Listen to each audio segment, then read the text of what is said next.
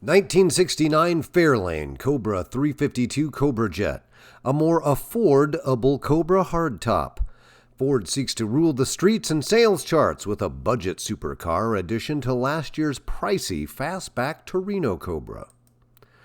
Last year, the fire-breathing 7-liter Ford Torino Cobra replaced the milquetoast 390 cubic inch Fairlane GTA as Ford's supercar flagship. The 68 Cobra was positioned as a European-style GT with more standard equipment than any other supercar. It had power steering, disc brakes, automatic transmission, radial tires, and a tachometer in its $3,963 base price, which was $320 higher than Dodge's Charger RT.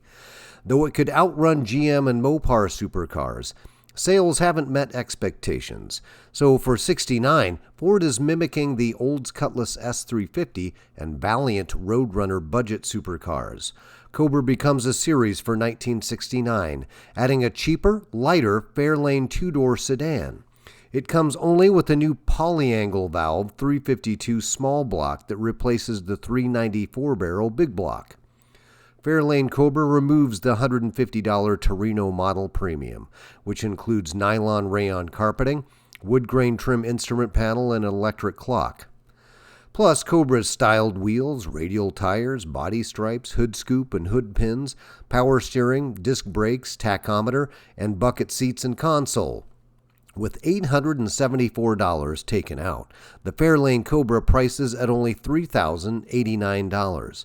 If you put back the tachometer that should come on every 4-speed, power brakes and steering, an AM radio, plus 350-to-1 ratio traction lock axle, carpeting, white letter F70 tires, and a vinyl top, our Fairlane Cobra tester comes to $3,637. That's still hundreds lower than a fastback 7-liter Cobra. Fairlane Cobra is a drag racer's dream as it shares the standard 9-inch 325 ratio ring gear and new 350, 391, or 430 ratio options as the new 429 Torino Cobra fastback. It also has competition suspension with staggered rear shocks, 4-speed transmission, 6-inch wheels with wide oval bias-belted tires, and don't forget the snake badges on the trunk and fenders. The other significant penny-pinching part of the Fairlane Cobra is its new 352 V8 that consumes about 30% less fuel than the 427 7-liter. Thanks to polyangle heads in the mold of Chevy's Mark III Porcupine 396, the engine breathes easier. It has individual exhaust ports that decrease heat and restriction on the middle cylinders. Individually canted valves decrease the angle of air entering and exiting the cylinders.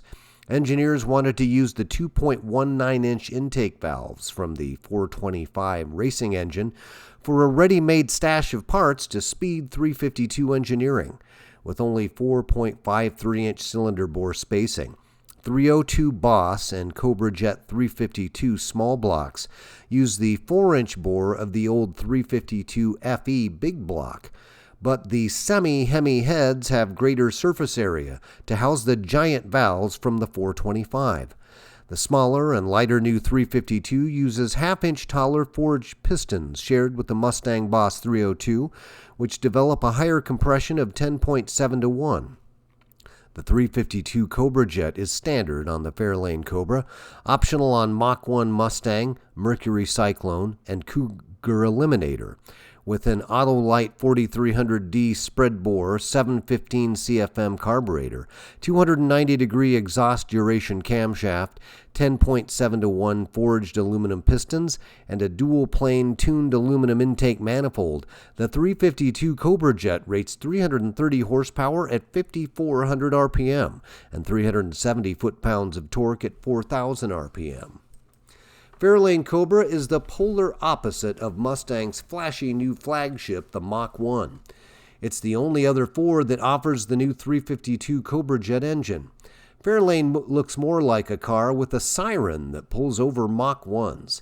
If there is a sleeper left among the supercars, which have recently taken a turn for even more gaudy ornamentation, the Fairlane Cobra is it, though the snake badges are giveaways. Though many of the new breed of junior supercars have mag-styled wheels and stripes, we like the basic black, just the facts, ma'am, nature of the Fairlane Cobra. The fat, white-letter tires and dual exhausts are the only other tip-offs to its speed potential. Many big-inch muscle machines will see the back of the Fairlane Cobra in the Stoplight Grand Prix. The 352 engine acts like a Chevy 396 in revving eagerly and smoothly to 6,000 RPM. The high-winding 352 Cobra jet propels the lightweight Fairlane with fiery vigor, from off the line all the way to screaming through the traps. The engine is an ideal compromise that's just big enough for smooth, low RPM throttle response while allowing for a heroically high RPM peak. The strong axle ratio allows fourth gear to be used in traffic above 25 miles per hour, as you can pull smartly from 1,000 RPM with no bogging or flooding.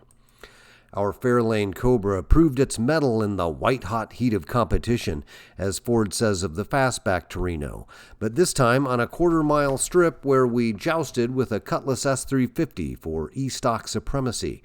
The 352 Cobra jet puts heavy-duty pieces together into a bulletproof and reliable competitor. We scored consistent 14-second quarter-mile times on street tires, with a best elapsed time of 14.65 seconds. This is a match for flagship supercars with much larger engines, like the Charger RT, Olds 442, and Ram Air GTO. The Cobra jet rates 10 more horsepower than its Olds Cutlass S350 drag strip nemesis, and its curb weight is a bit less. Our cool-running Cobra jet seemed to maintain power as the day got hotter, while the Olds couldn't quite cool it and slowed down in the stretch. Both Olds and Ford prove that junior supercars can match senior supercars. Both offer excellent off-the-line traction due to better weight distribution than their big block brethren. Fairlane also shines off the quarter-mile strip and speedway for the first time. The 390 was always a tight, heavy fit in the Fairlane, and the lighter 352 brings out the Trans Am racer inside. Fairlane Cobra handles like a Mustang with 8 inches more wheelbase. On our pylon course, the Fairlane made us look like Mario Andretti or maybe Swede Savage, as the front tires barely howled and the rears always held. About 90% of handling is tires, and the Goodyear Polyglass tires lay a 7-inch patch of sticky butyl rubber. Deducting the 58 pounds of weight from the Torino body and the FE engine's extra 75 pounds reduces the tire's load considerably. The front tires can use more of their grip turning the car. The front spring rates can be lower, thereby giving more balance with the rear springs. The car can lay down more power coming out of the turns thanks to relatively more weight on the back wheels. Fairlane Cobra exhibited far better turn-in, less body sway, and inertia than the 68 7-liter Torino Cobra. With the lighter body, the same Cobra rear springs feel firmer than on the Torino Cobra we tested last year, but the profound turnaround in the car's direction-changing dexterity is worth it. Now it's time to mention the sad irony. With the slick all-vinyl bench seat of the Fairlane, it was a great effort to remain planted directly behind the wheel, an especially cruel fate when clutching while shifting and while cornering becomes a supreme challenge.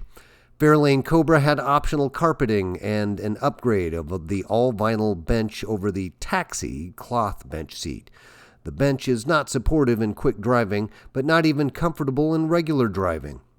The massive round gauges are easily readable and well shaded from the sun's glare. The ignition key is nearly in the middle of the dash.